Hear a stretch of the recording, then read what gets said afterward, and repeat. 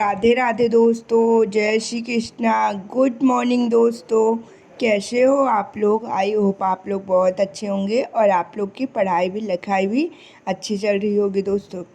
आज मेरी थोड़ी तबीयत ठीक नहीं है, इसलिए आवाज़ डल लगेगी। आप लोग प्लीज़ मुझे कोऑपरेट करिएगा और सारी बातों को ध्यान से सुनिएगा दोस्तों। जो जो मैं बताती हूँ वो सभी चीज़ें आपके स्टडी से रिलेटेड रहती हैं और स्टडी के लिए बहुत ज़्यादा इम्पॉर्टेंट रहती हैं दोस्तों। और एक बात और मुझे शेयर करनी थी, आप लोगों को भी पता ही चल गया होगा कि जो अभी हम लोग का एनटीपीसी का ग्रेजुएट लेवल का एग्ज़ाम हुआ था, उसका कल शाम को 6 बजे मतलब 1 जुलाई को आंसर की आ जाएगी दोस्तों। तो जब आप लोग की आंसर की आ जाए तो आप लोग सभी लोग चेक कर लीजिएगा और फिर कमेंट करके बताइएगा कि आप लोग के कितने कितने नंबर बने हैं दोस्तों।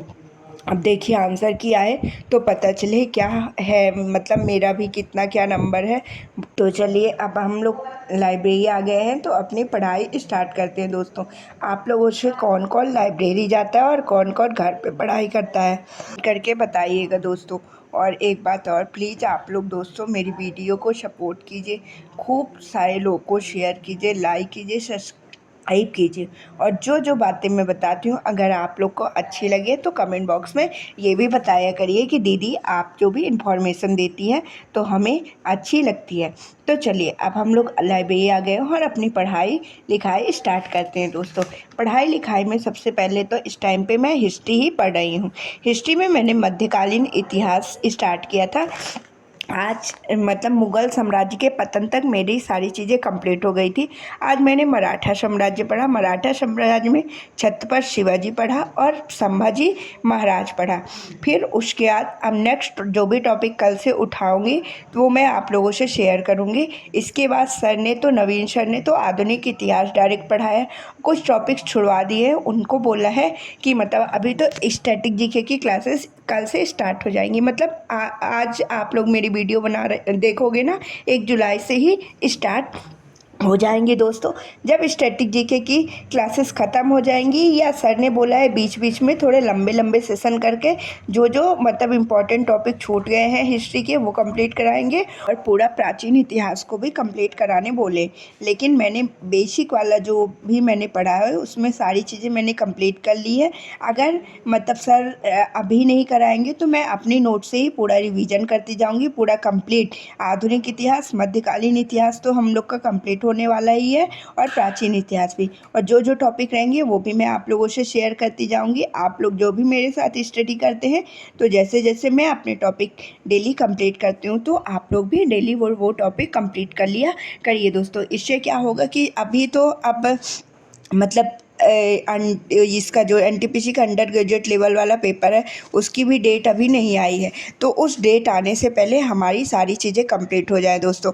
और मुझे ये भी पता है कि आप सब लोग दिल्ली पुलिस का भी फॉर्म डालेंगे, तो दिल्ली पुलिस के लिए भी सारी चीज़ें अच्छे से कंप्लीट हो जाए दोस्तों। और अगर आप दिल्ली पुलिस को फोकस कर रहे हैं तो 1 जुलाई से जो मतलब नवीन सर की स्टैटिक जीके की क्लास स्टार्ट हो रही है उसको लेना ज़रूर है, क्योंकि मतलब 10 से 12 क्वेश्चन जैसे 2 साल में मैंने इस टाइम पे डेली दिल्ली पुलिस का पेपर लगा रही हूँ दोस्तों। तो मैंने देखा है पिछले 2 साल में 10 से 12 क्वेश्चन स्टैटिक जीके के पूछा गया है दिल्ली पुलिस में।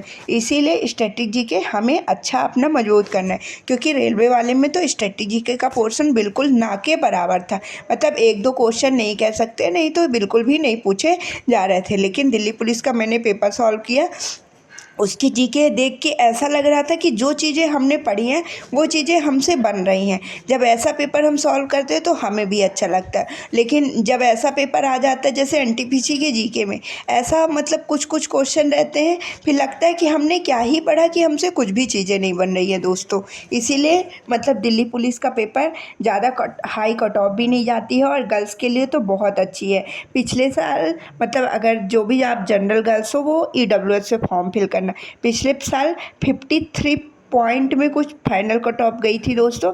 इसीलिए हमें इस साल अपना 100% फोकस करना है और जितनी भी मतलब दिल्ली पुलिस तो हमें मेन ही फोकस करना है, उसके पहले भी जो जो वैकेंसी है उनमें भी हमें अच्छे से फोकस करके चलना है और कोशिश करना है कि 2025 वाला साल हमारा सिलेक्शन वाला साल हो दोस्तों।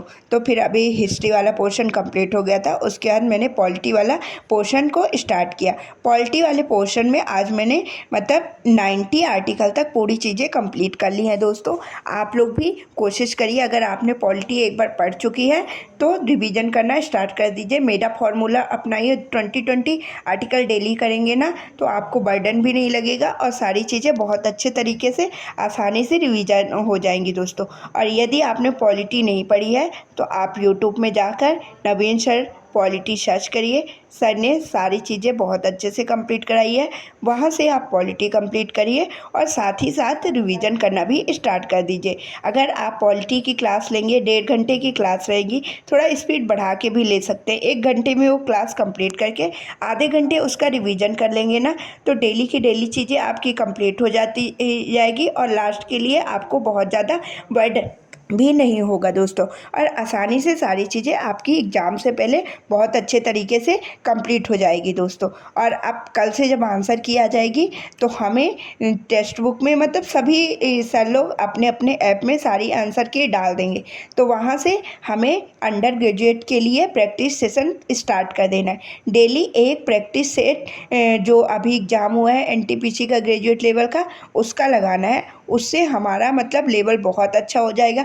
हमें ये पता चलेगा कि क्वेश्चन किस किस टॉपिक से पूछे गए थे एग्ज़ाम में। देखो हम तो एक पेपर दे के आते हैं, तो एक पेपर में क्या कैसी चीज़ें पूछ रहे हैं उतनी समझ में नहीं आती हैं, लेकिन जब हम सभी पेपरों का एनालिसिस करेंगे, अच्छे से प्रैक्टिस करेंगे, तो हमें समझ में आ जाएगी कौन सी चीज़ें कहाँ से पूछी जा रही है और हमारी कौन कौन सी चीज़ें कंप्लीट नहीं है और हमें किस तरह से पढ़ना है, आगे का मतलब पूरा प्रोग्राम कैसे बनाना है दोस्तों। तो आपको अगर अब अंडर ग्रेजुएट के लिए टेस्ट लगाना है तो सिर्फ एनटीपीसी का ग्रेजुएट लेवल का ही पेपर डेली सॉल्व करना है दोस्तों। और आपको कोशिश करना है कि एक पेपर डेली सॉल्व ही करना है और जब एग्ज़ाम डेट आ जाए तो 2-2 3-3 पेपर डेली सॉल्व करना है कि एग्ज़ाम से पहले सारे मतलब जितने भी शिफ्ट में पेपर हुए थे ना, सारे पेपर हमें कंप्लीट करके ही अंडर ग्रेजुएट का पेपर देने जाना है दोस्तों। फिर आपको और एक बात और, अब इस बार आप लोग करेंट अफेयर में बिल्कुल भी गलती मत करिएगा। आप लोग अब करेंट अफेयर पढ़ना स्टार्ट कर दीजिए। किसी ने कमेंट किया था कि दीदी आपके एग्ज़ाम में उत्कर्ष क्लासेस से करेंट फंसा था। हाँ, मतलब जो चीज़ें मैंने पढ़ी थी तो फंसा था दोस्तों। कुछ मुझसे क्वेश्चन बने, कुछ मुझसे क्वेश्चन नहीं बने, क्योंकि सारी चीज़ें याद नहीं रह पाती हैं। लेकिन करेंट अफेयर्स जब मैं पढ़ती थी उससे मुझे फ़ायदा तो हुआ है दोस्तों। इसीलिए आप लोग को भी सजेशन दे रही हूँ कि अब इस बार आप लोग गलती मत करिएगा, अभी से करेंट अफेयर पढ़ना स्टार्ट कर दीजिए। एग्ज़ाम के पहले कुछ कुछ चीज़ें तो कंप्लीट हो ही जाएंगी। और जुलाई में सर ने अपने बर्थडे के दिन बोला है कि एक लंबी क्लास लेंगे पिछला पूरा करेंट का रिवीजन कराने के लिए। तो वो क्लासेस जब भी आएंगी तो मैं आप लोगों से शेयर करूंगी, वो क्लासेस भी आप लोग ज़रूर ज्वाइन करिएगा दोस्तों। तो आज के लिए इस वीडियो में इतना ही दोस्तों। अब मैं घर जाऊंगी क्योंकि अभी रात के 9 बज गए थे और मम्मा का फ़ोन आ रहा था कि अब घर आ जाओ। आप लोग भी अपना ध्यान रखिएगा, अच्छे से पढ़ाई लिखाई करिएगा और फोकस होके, जैसे ये साल हमारा सरकारी नौकरी वाला साल हो। राधे राधे दोस्तों।